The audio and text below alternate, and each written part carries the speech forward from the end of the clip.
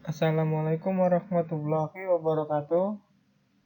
Perkenalkan, nama saya Aldian Datu Pradinata, mahasiswa Universitas Bina Dharma, Palembang. Saya dari kelas SI 5G. Kali ini saya akan mempresentasikan tentang pemodelan Enterprise Arsitektur Sistem Informasi Akademik SMK Satria Nusantara Betung dengan framework TOGAF ADM.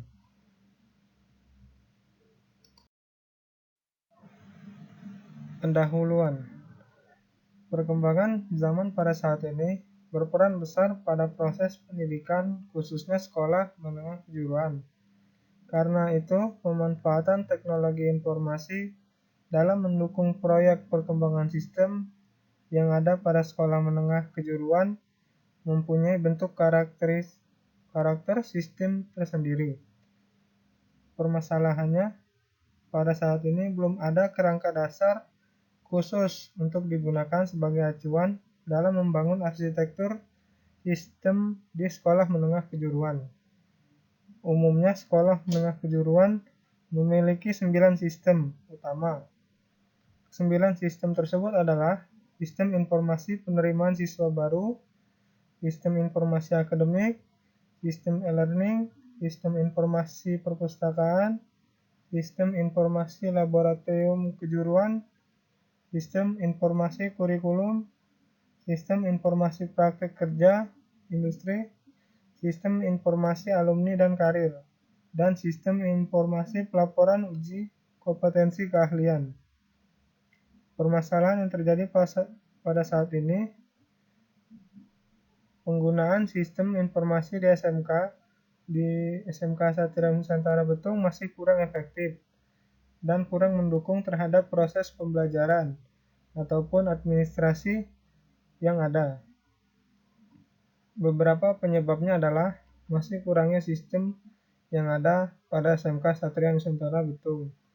Dalam merancang arsitektur sistem dibutuhkan sebuah framework. Framework diperlukan untuk mengatur inovasi dalam enterprise dan dapat digunakan untuk mengembangkan arsitektur dengan mudah proses bisnis enterprise. Salah satu framework dalam merencanakan dan merancang arsitektur enterprise sistem informasi adalah TOGAF. Metode penelitian. Metodologi utama yang digunakan dalam melakukan penelitian mengacu kepada metode TOGAF ADM. TOGAF memberikan metode yang detail, bagaimana membangun dan mengelola serta mengimplementasikan arsitektur enterprise dan sistem informasi yang disebut dengan Architecture Development Methods atau disingkat ADM. ADM merupakan metode generik yang berisikan sekumpulan aktivitas yang digunakan dalam memodelkan pengembangan arsitektur enterprise. Metode ini juga digunakan sebagai panduan atau alat untuk merencanakan, merancang, mengembangkan, dan mengimplementasikan arsitektur sistem informasi untuk organisasi. TOGAF ADM seperti ditunjukkan pada gambar juga merupakan metode yang fleksibel yang dapat mengantisipasi berbagai macam teknik pemodelan yang digunakan dalam perancangan karena metode ini bisa disesuaikan dengan perubahan dan kebutuhan selama perancangan dilakukan. Fase-fase dalam TOGAF ADM secara ringkas sebagai berikut. 1. Ada preliminary fase. Dalam fase ini menjelaskan aktivitas persiapan untuk menentukan ruangan lingkup arsitektur TOGAF dan mendefinisikan struktur organisasi dalam perusahaan. Fase A, arsitektur vision. Fase ini menguraikan kondisi infrastruktur TI dalam perusahaan dan mengidentifikasikan stakeholder, visi dan misi dalam perancangan arsitektur. Fase B, bisnis arsitektur. Dalam fase ini, menguraikan pengembangan arsitektur bisnis yang telah didefinisikan dalam visi arsitektur yang akan digunakan dalam mengembangkan proses bisnis suatu perusahaan. Fase C, Information System Arsitektur. Pada tahap ini, mengembangkan sistem informasi mandiri yang dikembangkan berdasarkan kebutuhan perusahaan. Fase D, teknologi arsitektur. Menentukan teknologi dan perangkat lunak yang akan digunakan dalam membantu pengimplementasian teknologi informasi dalam perusahaan. Fase E, Opportunities and Solution. Fase untuk mengevaluasi dan memilih cara pengimplementasian, mengidentifikasi parameter strategis untuk perubahan, 7 perhitungan cost dan benefit dari proyek serta menghasilkan rencana implementasi secara keseluruhan. Fase B, Migration Planning. Fase ini bertujuan untuk mengurutkan implementasi proyek berdasarkan prioritas, dan daftar tersebut akan menjadi basis bagi rencana detail implementasi dan migrasi. Fase G, Arsitektur Change Management.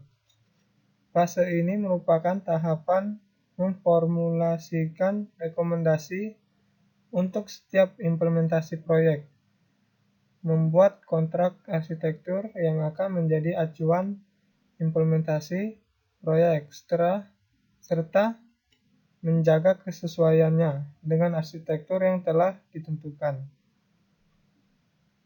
Fase H, Implementation Governance.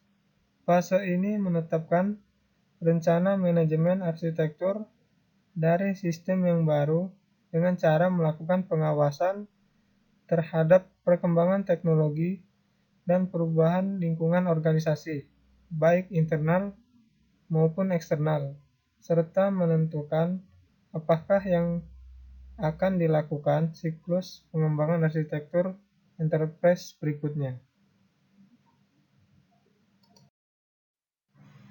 Hasil dan pembahasan. Preliminary Phase.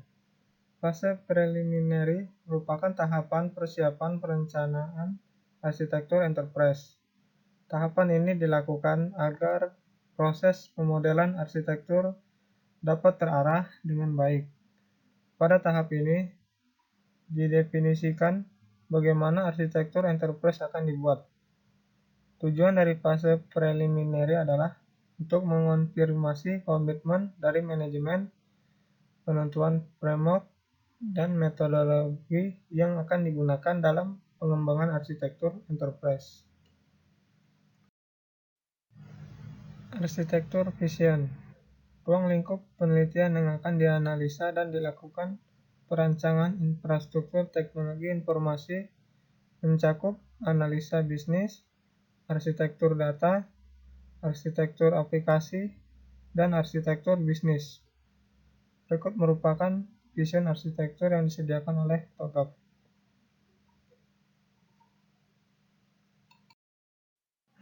Bisnis arsitektur. Fase ini bertujuan untuk memahami kondisi saat ini dari proses bisnis SMK Satria Nusantara Betung, dan selanjutnya membuat usulan perbaikan dengan melakukan pemodelan arsitektur bisnis. Adapun tahapan yang dilakukan pada fase ini mencakup analisis bisnis internal dan eksternal. Analisis lingkungan bisnis baik internal maupun eksternal digunakan untuk mengetahui masalah-masalah dan kesempatan-kesempatan bisnis yang akan digunakan dalam pembuatan perencanaan infrastruktur TI. Mempelajari faktor-faktor internal penting dilakukan karena setiap organisasi memiliki keunikan tersendiri. Aspek eksternal juga harus dipelajari, karena aspek tersebut sangat kuat dalam menentukan kelangsungan hidup organisasi. Untuk memberikan alternatif bisnis, maka dibuat analisis SWOT sebagai berikut. 1. Analisis kekuatan. Tersedianya infrastruktur teknologi, adanya kerjasama dengan beberapa lembaga organisasi di luar sekolah dalam pengembangan kurikulum, kerjasama bisnis center, praktek kerja industri, dan pengembangan diri siswa. Adanya dukungan pendanaan dari yayasan, adanya banyak beasiswa untuk siswa kurang mampu dan siswa berprestasi, dan tersedianya sumber daya manusia yang tersebar pada setiap program keahlian. 2. Analisis kelemahan. Faktor yang menjadi elemen kelemahan yang dimiliki oleh SMK Satria Nusantara Betung saat ini dalam pengembangan aktivitas bisnis dapat dijabarkan sebagai berikut. Terdapat beberapa program keahlian yang belum terakreditasi, rendahnya komitmen guru dan karyawan untuk melengkapi administrasi akademik pembelajaran.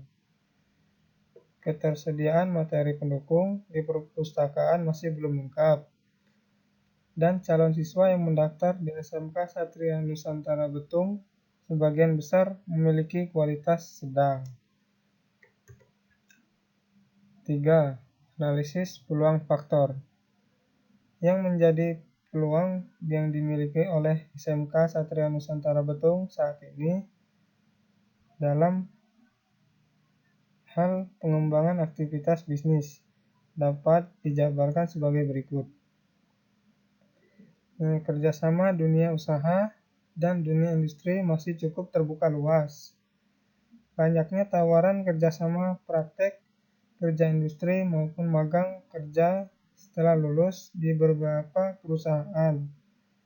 Adanya dana kompetitif baik dari Kementerian Pendidikan dan Kebudayaan maupun dari sumber daya lainnya yang dapat digunakan untuk pengadaan prasarana dan peningkatan kemampuan sumber daya manusia, dan adanya beasiswa untuk siswa kurang mampu dan siswa berprestasi. 4. Analisis ancaman faktor. Yang menjadi ancaman yang dimiliki oleh SMK Satria Nusantara Betung saat ini dalam pengembangan aktivitas bisnis dapat dijabarkan sebagai berikut. Semakin ketatnya persaingan antara SMK negeri maupun swasta yang berpotensi menurunkan tingkat popularitas SMK Satria Nusantara Betung. Persaingan antara SMK yang semakin tinggi menuntut pengembangan sarana dan prasarana dan perangkat pembelajaran yang relevan dengan kebutuhan dunia industri.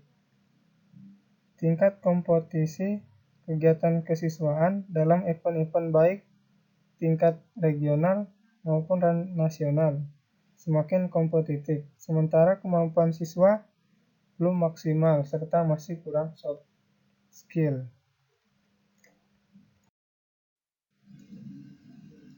Dari analisis SWOT, maka dapat diusulkan untuk alternatif strategi bisnis sebagai berikut. Di strategi pemetaan kekuatan, A. Meningkatkan kerjasama dengan dunia usaha maupun dunia industri. B. Meningkatkan peran lembaga kesiswaan dan unit kegiatan siswa. C. Mendukung peningkatan akuntabilitas keuangan yang didukung oleh kebijakan pimpinan. D. Memaksimalkan berbagai sumber beasiswa untuk siswa kurang mampu maupun siswa berprestasi. Di strategi pemetaan kelemahan, A. Memaksimalkan peran teknologi informasi dengan SMK lain. B. meningkatkan kualitas kurikulum melalui kerjasama dengan dunia usaha maupun dunia industri. C.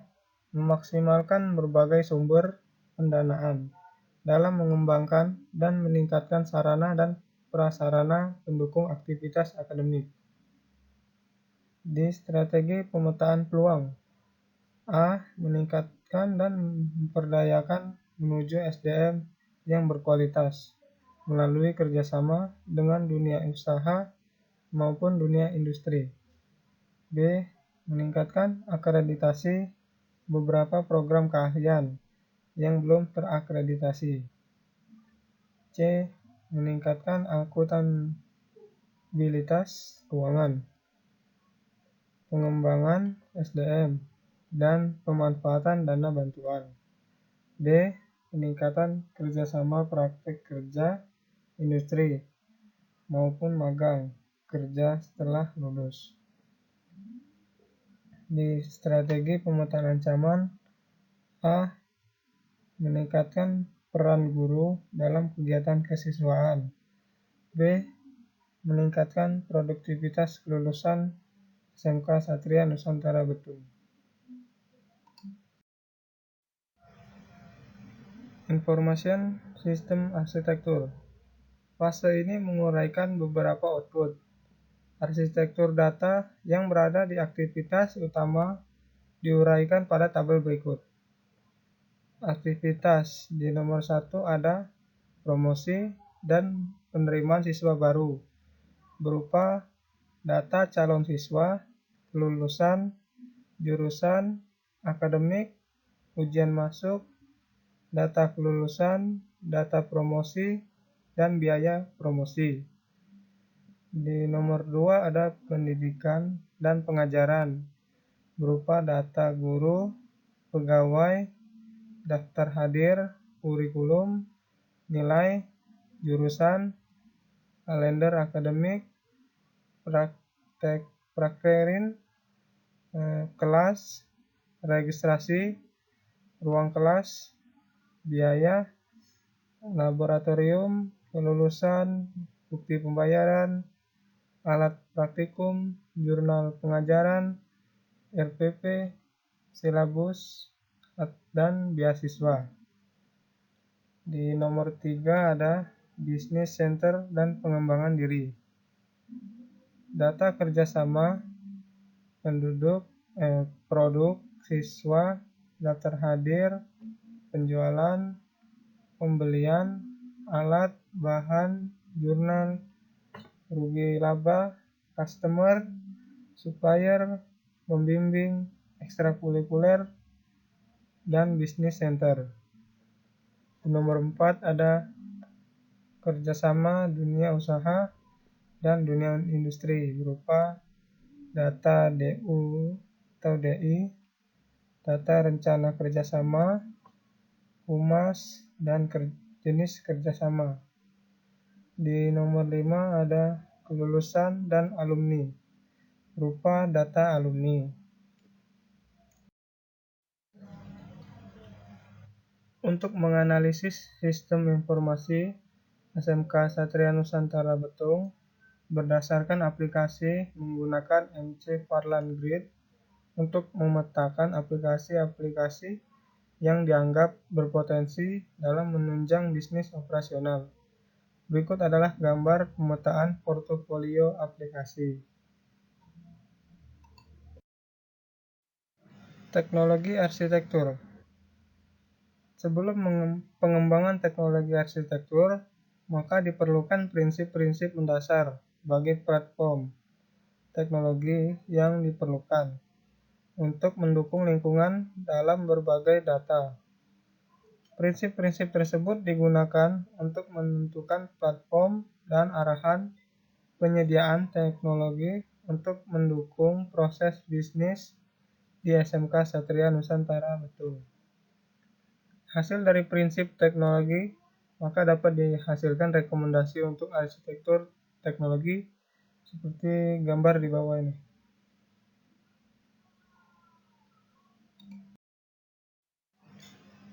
Pengujian enterprise arsitektur. Pengujian EA dilakukan untuk mengetahui apakah rancangan EA yang telah dibuat cukup valid, maka diperlukan pengujian. Hasil dari pengujian ini sekaligus dapat menjadi jawaban atas masalah yang diangkat dalam penelitian. Pengujian dilakukan dengan cara memberikan kuesioner yang sesuai dengan template EA Scorecard. Responden berasal dari beberapa stakeholder SMK Satria Nusantara Betung. Kesimpulan yang dapat diambil dari pengujian rancangan EA ini adalah sebagai berikut. A. Rancangan EA di SMK Satria Nusantara Betung ini valid dengan persentase lebih dari 50% di semua stakeholder. B. Rancangan EA di SMK Satria Nusantara Betung ini cukup dapat menggambarkan elemen EA dalam unit organisasi. Kesimpulan. Berdasarkan hasil pembahasan yang telah dijelaskan sesuai dengan tahapan penelitian, maka dapat diambil beberapa kesimpulan. 1. Dengan menggunakan metodologi TOGAF ADM sebagai tools yang digunakan dalam perancangan arsitektur enterprise sistem informasi ini, sudah dapat menghasilkan rancangan model arsitektur secara umum yang sesuai dengan visi dan misi organisasi dan dapat diterapkan di organisasi lain yang mempunyai kesamaan dalam proses bisnis. Saran 1. Model arsitektur sistem informasi yang dibentuk dapat digunakan sebagai pedoman bagi pengembangan sistem informasi untuk mendukung strategi bisnis organisasi dan dalam pengembangan sistem informasi. Diharapkan dapat memperhatikan kinerja sistem serta keamanan komputer dan jaringan yang handal. 2. Untuk mendapatkan model arsitektur enterprise yang lebih lengkap, harus dilakukan penelitian lebih lanjut sampai pada tahapan akhir dalam TOGAF ADM. Baiklah, sekian presentasi dari saya. Wassalamualaikum warahmatullahi wabarakatuh.